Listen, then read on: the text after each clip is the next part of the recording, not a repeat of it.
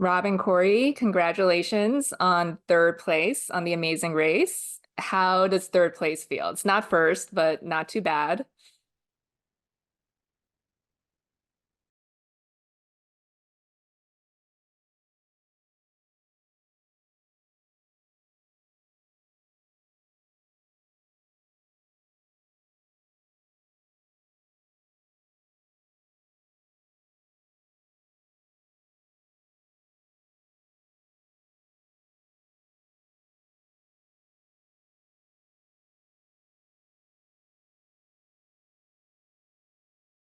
Yeah, it's really a bittersweet feeling. The only bitter is just that we were so close and could almost taste it, but ultimately so sweet because there's nothing that's going to be shown on TV that we're going to go, man, that would have been so cool to do. We did it all.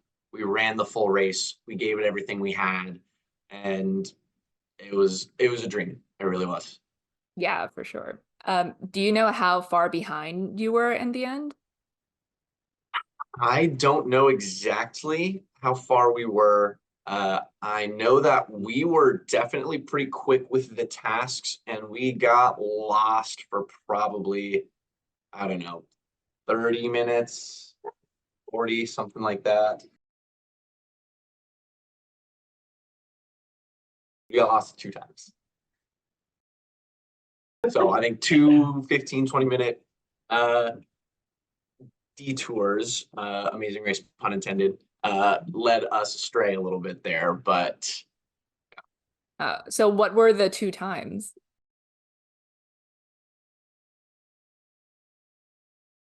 shout out to Todd. I do love that term, a dad detour. Yeah, so on the show, we only saw you getting lost once, leaving glass blowing. So what were the two times? That one, and then there was another one?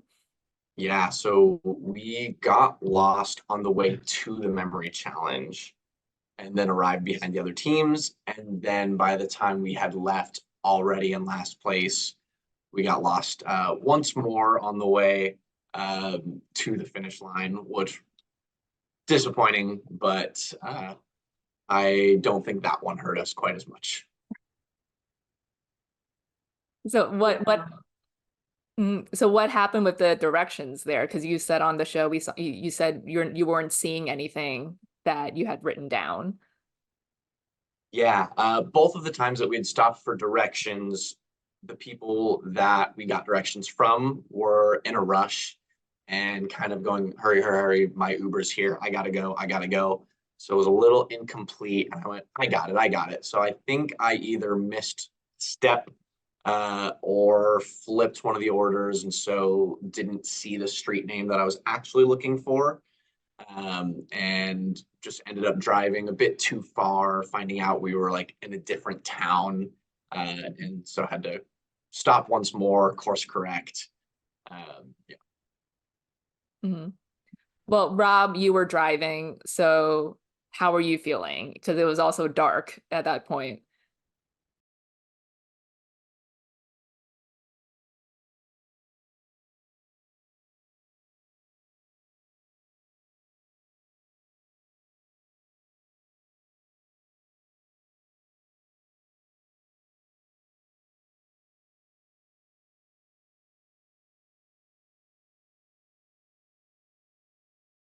So what was your mindset like at that point?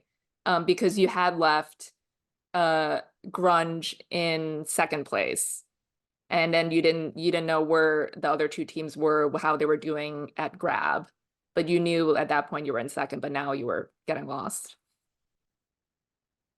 Honestly, time wise, I felt pretty good that we were probably in first because Grab was much further from Grunge than Glass was. And then now getting to see it back, Glass looks like it took the other teams a little bit longer than it took us. So I feel like we were definitely competing for it. So it was definitely disappointing to watch. But I know it was close because all three of these teams are so good at the tasks.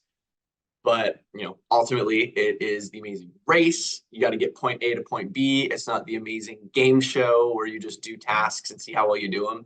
So it's you can't just kind of point at, ah man, if only this one thing had happened. everyone has their little sliding doors moments. So ultimately, you know, really, really happy with the experience. And yeah. Well, I like your strategy at first of going to the task that was farthest away and then working your way back. But now, hindsight being 2020, do you think that was the right move, or do you think you should have just stuck with the other two teams? I was really happy with our strategy because it was a really packed weekend. There was a big event at I forget what it's called now, but formerly Safeco Field. We knew downtown Seattle fairly well because I grew up in Washington, so I knew if we took the side streets as opposed to the freeway, we'd avoid the traffic, which we did. And I felt like it made sense. And then eventually the pit stop ended up being north of the city. So we didn't have to go back and forth too much. But ultimately, it was kind of, I don't know that there was a wrong choice in terms of the order.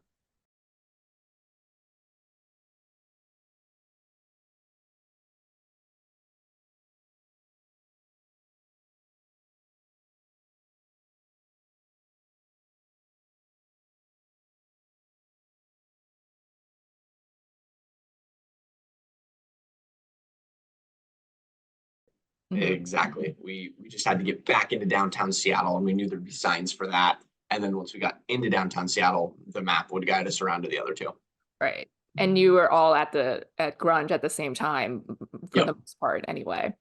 Uh, Yep.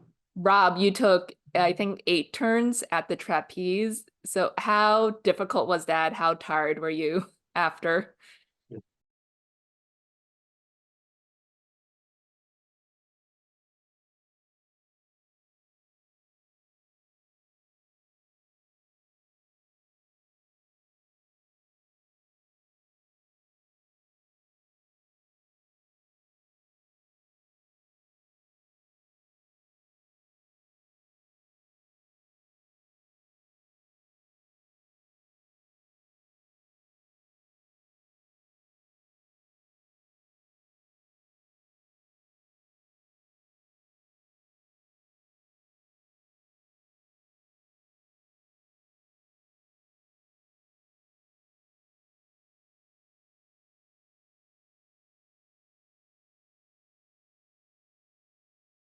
I gotta say, it was hilarious and amazing watching my dad do it. Because if you watch it back, he lets go of the bar. Like he jumped off of it towards the guy and was incredible. Just such a commitment to, all right, let's get this thing done.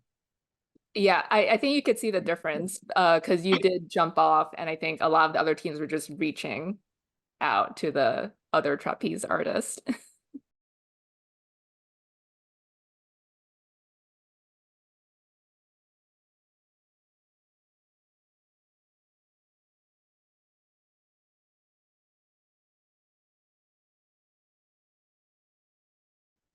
You did look like you were having a lot of fun though, even though it took you 8 times.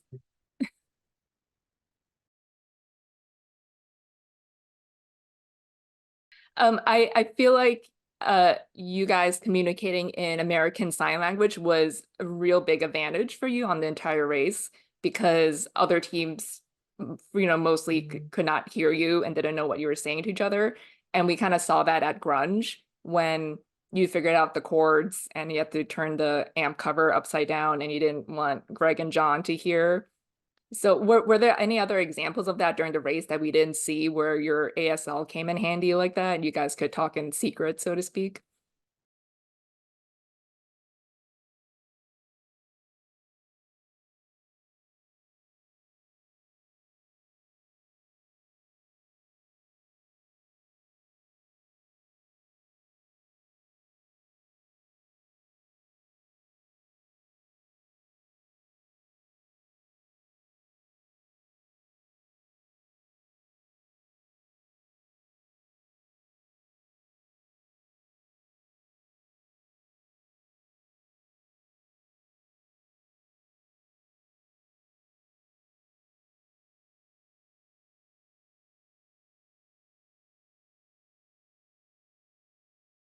Yeah, I think it's funny. You can kind of see in that episode, or like in that moment in grunge, he starts to say underneath the cover, and I was like, quiet, like they're right there. And obviously, John and Greg are smart guys, so they're gonna listen to like any clue they can get.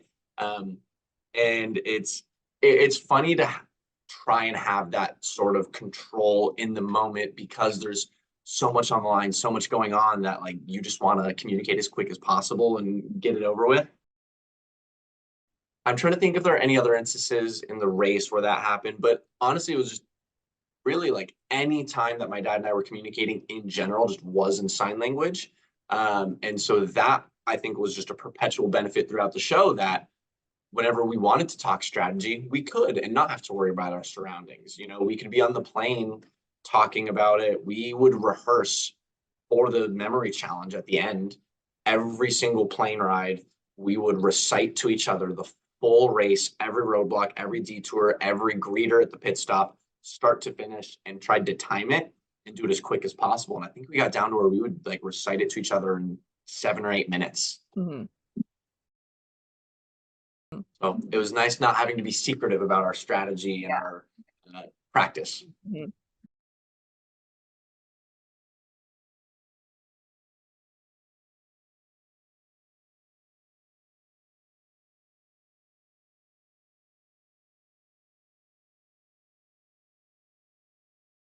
Well, Rob, one of my favorite moments of yours was in the first leg during the roadblock when you just stood in the back and quickly figured out that the puzzle was City of Angels and before everyone else, and you just quickly went to check in and get the clue.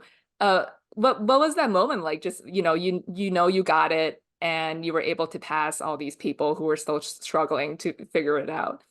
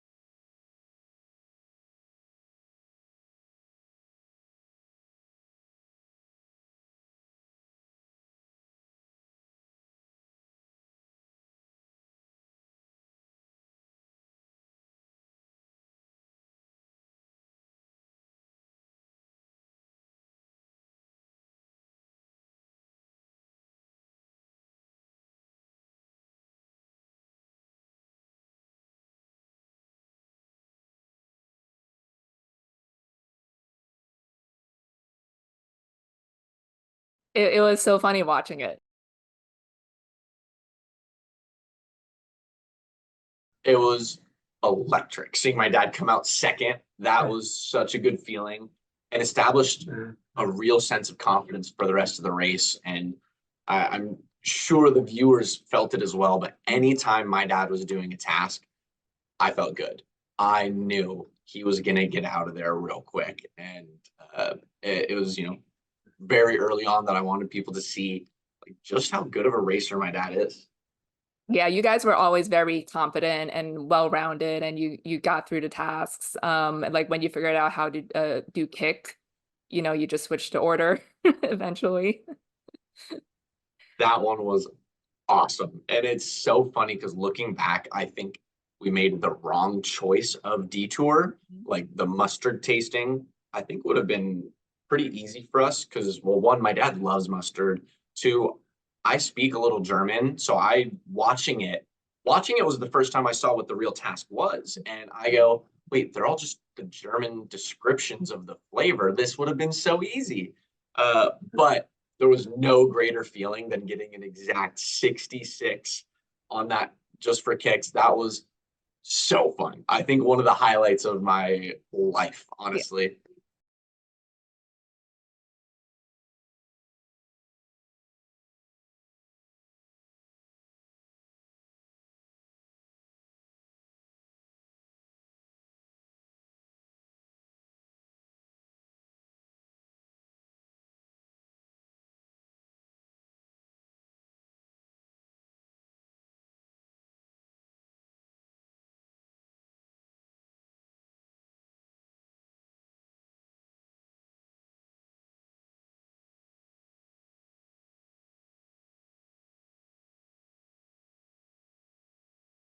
And you were the only ones to do it too, so.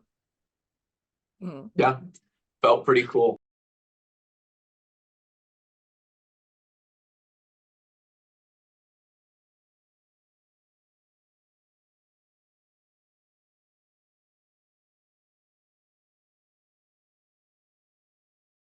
I didn't get a German brat. I was a little bummed. You weren't fed. That's We only down. weren't Yeah. only downside to doing case. So what has the response from the deaf community been like throughout the season?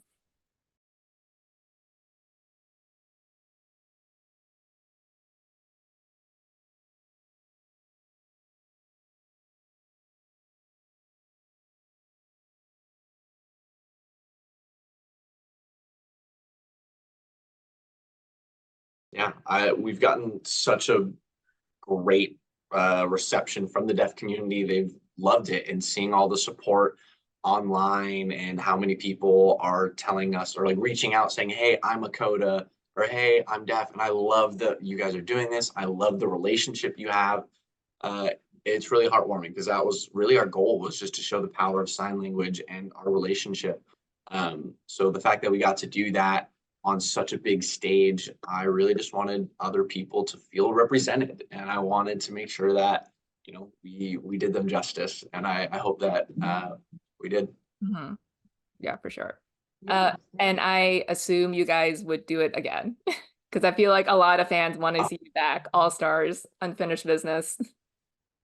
We got some business to finish, and yeah, if I could just keep doing the Amazing Race every single day for the rest of my life, I would. Like, if I could just do this constantly, I'm in. You guys, CBS, need a tester for future roadblocks, detours. I'll take a pretty considerable pay cut to just test these for you. Don't worry. We'll get you on season 37. It, in the I'm work. in. Well, Rob and Corey, it was great speaking with you guys. Thanks so much for your time. It was so much fun watching you this season. And congratulations again. Thank you. Appreciate it, Joyce.